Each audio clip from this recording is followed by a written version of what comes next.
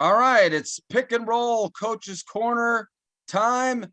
We've got Garrett Bull, the head coach of the West York Bulldogs, right? You got your your swag on there tonight, coach. Got the Have my Bulldogs. Bulldogs sweatshirt on here tonight, ready to go. And along with that, one of our own here on LLHoops, Warren Goodling, who is a West York alum, right there, Warren? Yep, West York, class of 70. Oh my gosh. Wow. I really dating ourselves there. But Garrett, you're off to a great start here to the season. Only one loss, really up there in the top of the power rankings going into the conference schedule. Talk a little bit about your team and your expectations going into the season and how your team is kind of matching up to the expectations you had for these guys.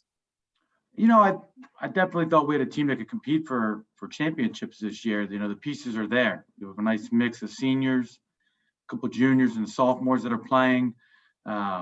We have good mix of guards and big men. We're not really lacking at any of those positions that you need to be successful. And to be honest, they're exceeding my expectations so far this year. When we create our goals at the beginning of the season, starting the year 11-0 was not on the goal list. It was just kind of a byproduct of playing good basketball. So, every day is a joy to go to practice. They work hard. I think we've had 28 practices. I think we've only had one so-so practice all year long. So guys buy into working hard and what the coaches are preaching. And I've been with these guys since I got the job. The seniors were in 7th grade when I got the job. I first met the junior class at the end of their 5th grade year. But watching them play basketball and working with them for a long time. So I think it's finally, it's all coming together the right way for sure. Warren, you have a question for Coach there? You still there? He is. Yeah, I just think, okay, this year's team is really a byproduct of your program, Garrett, okay, from when you started there. It's just a byproduct of what's happening. And right. It looks like you'll be able to continue this going in next year. So what kind of leadership have the seniors given you this year? Man, it really starts in the off season.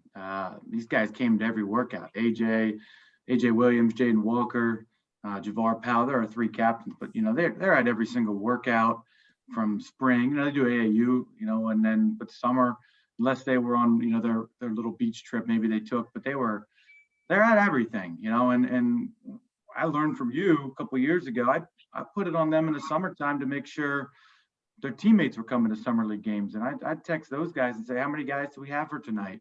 So it starts to create some accountability for them and providing that leadership. And you certainly see it. We've had a couple tight games this year, and the seniors have been kind of the ones that are drag you through those tight games. And that's what seniors are supposed to do. They're supposed to step up into tight games and lead you to a victory. Yeah. Is it somewhat unique the fact that, you're the head coach of West York, but yet you teach at another, conference school? Does that present any unique challenges? It might if we see them in playoffs this year. Redline's having a nice season. It's my alma mater. It's where I teach. I know a lot of their players, but it's actually pretty fun in school when they're doing well and we're doing well. Talking to the guys about their games, and they're in Division I, so we don't see each other throughout the year. But it's kind of nice at the same time for me to leave that building where I teach and go somewhere else. And when I enter the gym and I see my guys, it's only about basketball. Obviously I stay up on their grades and academics, and that's important. But I don't kind of see the other stuff that maybe they do in school that they don't want me to see, holding hands with a girlfriend or whatever. It's just basketball when I get over to West York. Yeah. Coach, you got a question for Garrett? Garrett, talk about your background, okay? Your high school experience at Redline and how that transfers to you being a coach. Well, I played for Parrish Petrie, was a legend as a coach and another West York grad. So I look at my coaching tree. It really starts with him. And then over the years, it's bounced to guys like you and Marty Hassenfuss, Bill Ackerman, but playing for Parrish, we just played motion offense, played man-to-man defense. And that's what, is kind of the core of our foundation and our principles at West York. Obviously we'll put some wrinkles in and, if we think we need to play zone to win a game, but I learned all that and how important fundamentals are from Petrie very, very early on. One of the questions that we ask a lot of these coaches is, how do you adjust your, teaching and coaching to try and get your team, you've gone from a preseason schedule, now you're getting into a conference schedule, and ultimately have these guys peak when they head into the postseason. So are there any, I don't want to obviously have you divulge the recipe to the secret sauce, but I don't know if I know it yet. I'm trying to figure it out. Yeah, talk a little bit about, in your mind, how you go through that progression. Yeah, I mean, certainly every game's different, and league games become a little more important than your non-league games. But we just talked about it this week when we took our first loss.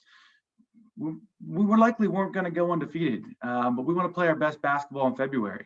So we've been talking about that, getting back up off the ground, getting up, back on the horse after getting knocked down this week, and taking another step forward, one baby step forward. And I like to think we haven't peaked. I really don't think we've met our true potential yet, and I don't think a number of guys have reached their ceilings yet. So, one thing I learned early on in coaching that I probably didn't realize as much as a player is how important it is for the coach to kind of psychologically manipulate and motivate his guys in his team.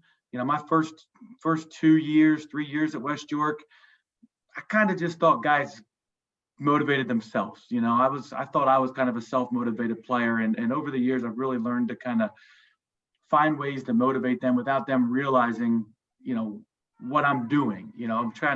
I'm putting things, in their head the day before the game, not just in the locker room before we take the court. That is, trying to motivate them each game and take that next step forward for sure. And when I look back on it now, I think about all the things Coach Petrie said, when in practices, and I was like, wow, he was manipulating us, and I didn't even know it was happening.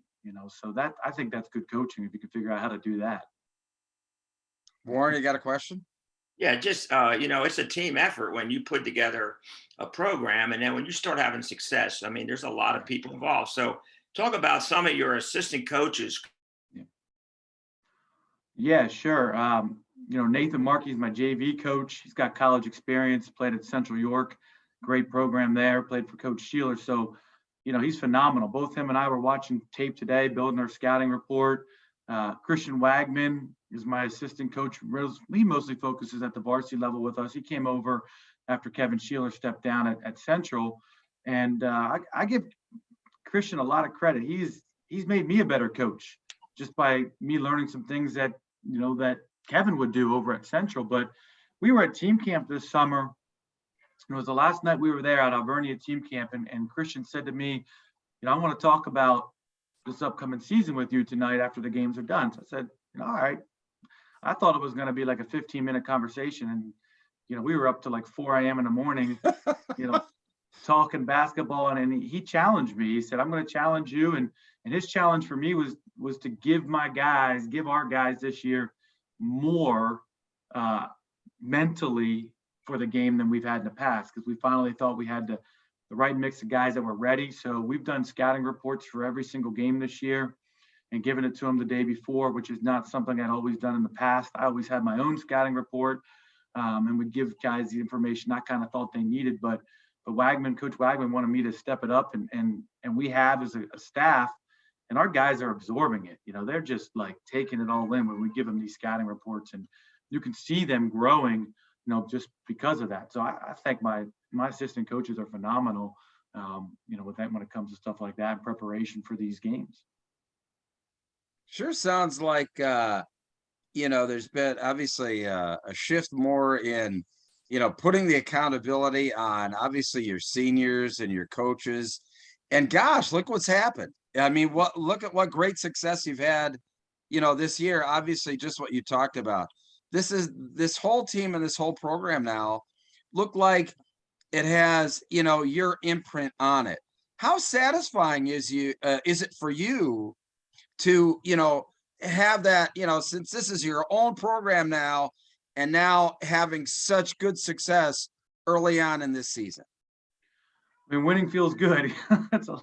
Winning feels a lot better than losing. Coach Goodling and I always talk about that. But I'm happy for these guys. I'm happy for the seniors. I'm happy for our team. It's not about me at all by any means. But I enjoy coaching them because I think we play good basketball. I'm not sitting on the sidelines pulling out my hair in frustration or, questioning the shot selection. Our guys take good shots. They play unselfish basketball. They play defense as a team. And when they do that, it makes coaching that much more enjoyable and rewarding. So, if that's a byproduct of, 6 years now, that's what it is. And hopefully you get to that point and you just keep rolling. Our JV team's solid, our youth teams are solid, our junior high teams are winning. And, I'm enjoying that ride for sure. Warren, you have a final question for Coach? No, just a couple of things real quick. But when I watch your team, Garrett, your team seems to really communicate on defense. Yeah. They're pointing fingers. A lot of teams, they were playing together well on offense, but I think your team plays very well on defense together. Yeah, I'll give Coach Wagman a lot of credit for that too. I mean, when he came over, he's like, we got to do shell drill every day. I was like, every day? And he said, yeah, and we got to get them talking in shell drill every day. And I said, okay, let's do it. So we started that last year. Not that we didn't do shell before. We certainly did shell defense before. But we do it pretty regularly now, even if it's only for 8 minutes, just to refresh and stuff. But as far as the communication aspect, we talk about it a lot of times, and I know a lot of coaches do.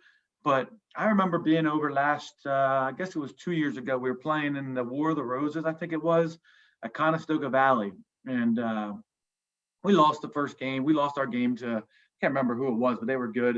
And then Central came in after us and played Conestoga Valley, I think, and there was nobody in the gym on like this Saturday morning.